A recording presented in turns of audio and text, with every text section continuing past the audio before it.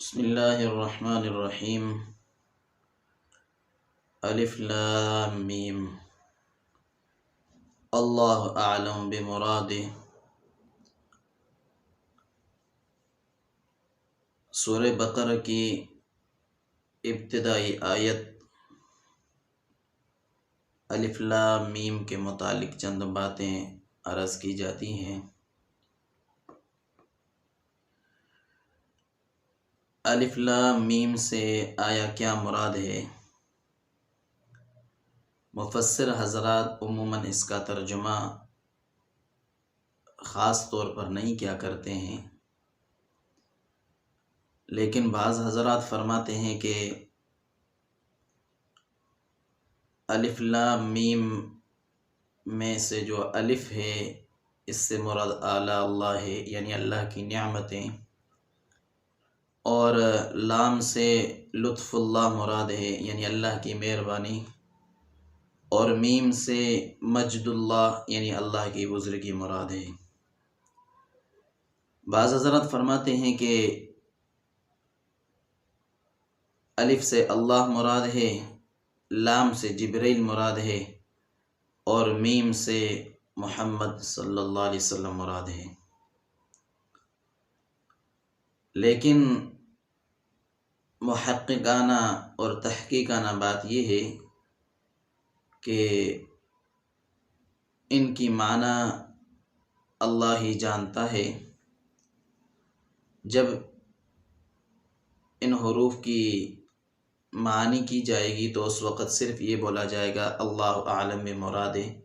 یعنی اس کی مراد کو صرف اللہ ہی جانتا ہے۔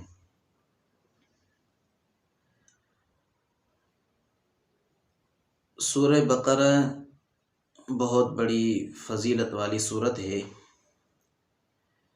ایک حدیث پاک میں آتا ہے، آپ صلی اللہ علیہ وسلم نے ارشاد فرمایا کہ سورہ بقرہ میں ایک ایسی آیت ہے کہ وہ قرآن مجید میں سب سے افضل آیت ہے، اور وہ آیت الکرسی ہے۔ اور ایک روایت میں آتا ہے، آپ صلی اللہ علیہ وسلم نے ارشاد فرمایا کہ سورہ بقرہ کی تلاوت کیا کرو، اس لیے کہ سورہ بقرہ کی تلاوت باعث برکت ہے، اور اس کو چھوڑنا باعث حسرت ہے، اور اس کو پڑھنے سے اہل باطل کا قابو نہیں ہو سکتا۔ علامہ قرطبی رحمۃ اللہ علیہ نے یہ بات حضرت معاویہ رضی اللہ تعالیٰ عنہ سے نقل کرتے ہوئے ارشاد فرمائی ہے کہ حضرت معاویہ رضی اللہ تعالیٰ عنہ فرماتے ہیں کہ جو حدیث پاک میں آتا ہے کہ سورہ بقرہ پڑھنے سے اہل باطل کا قابو نہیں ہو سکتا، یعنی اہل باطل قابو نہیں کر سکتا، تو جو لفظ اہل باطل حدیث مبارکہ میں آیا ہے اس سے مراد جادوگر ہیں۔ مطلب کہ جو شخص سورہ بقرہ کی تلاوت کرے گا تو سورہ بقرہ کی تلاوت کرنے کے بدولت کوئی جادوگر اگر جادو بھی کرے تبھی اس کا جادو نہیں چلے گا، اور جادو کا اثر سورہ بقرہ پڑھنے والے پر مرتب نہیں ہوگا۔ اسی طرح ایک روایت میں آتا ہے، آپ صلی اللہ علیہ وسلم نے ارشاد فرمایا کہ جس گھر میں سورہ بقرہ پڑھی جائے تو وہاں سے جن و شیاطین بھاگ جاتے ہیں۔ اور حضرت عبداللہ بن مسعود رضی اللہ تعالی عنہ فرماتے ہیں کہ سورہ بقرہ میں 10 آیتیں ایسی ہیں کہ اگر ان 10 آیتوں کو رات کے وقت تلاوت کیا جائے تو اس گھر میں جن و شیاطین داخل نہیں ہو سکتے، اور جو شخص ان 10 آیتوں کو تلاوت کرے گا تو اس کے اور اس کے اہل و عیال کو کوئی بھی آفت، رنج، غم وغیرہ نہیں آئے گا۔ مطلب کہ جو شخص ان 10 آیتوں کو پڑھے گا تو وہ ہر قسم کی مصیبتوں سے محفوظ رہے گا۔ اور حضرت عبداللہ بن مسعود رضی اللہ تعالی عنہ یہ بھی ارشاد فرماتے کہ جو شخص سورہ بقرہ کی ان 10 آیتوں کو مجنون شخص پر تلاوت کرے گا تو اس کے جنون میں بھی افاقہ ہوگا۔ وہ 10 آیتیں کون سی ہیں؟ سورہ بقرہ کی ابتدائی 4 آیتیں اور 3 آیتیں وہاں سے جہاں سے سورہ آیت الکرسی شروع ہوتی ہے، ایک آیت الکرسی اور 2 اس کے بعد لا اکراہ والی اور اللہ ولی الذین یہاں سے، اور 3 آیتیں سورہ بقرہ کی آخری۔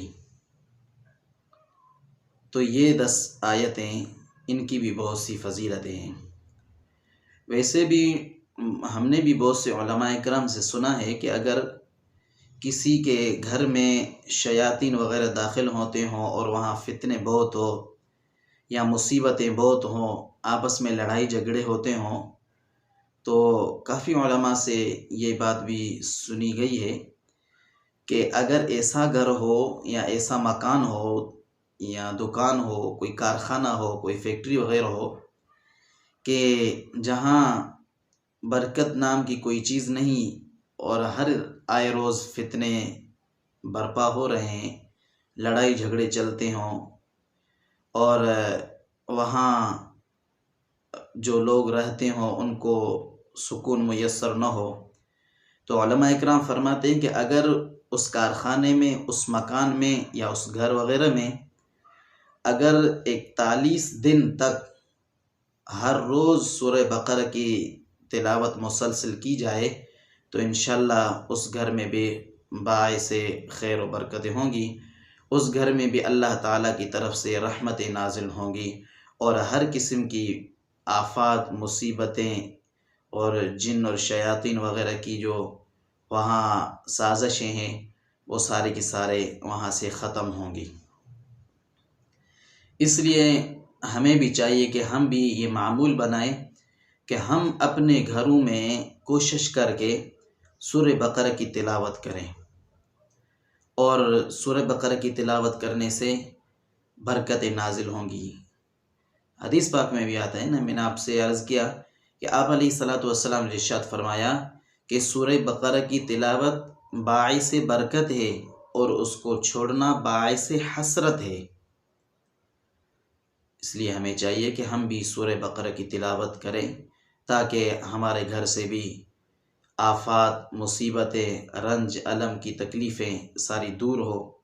دعا ہے اللہ تعالیٰ سے اللہ تعالیٰ عمل کی توفیق عطا فرمائے۔ السلام علیکم ورحمۃ اللہ وبرکاتہ۔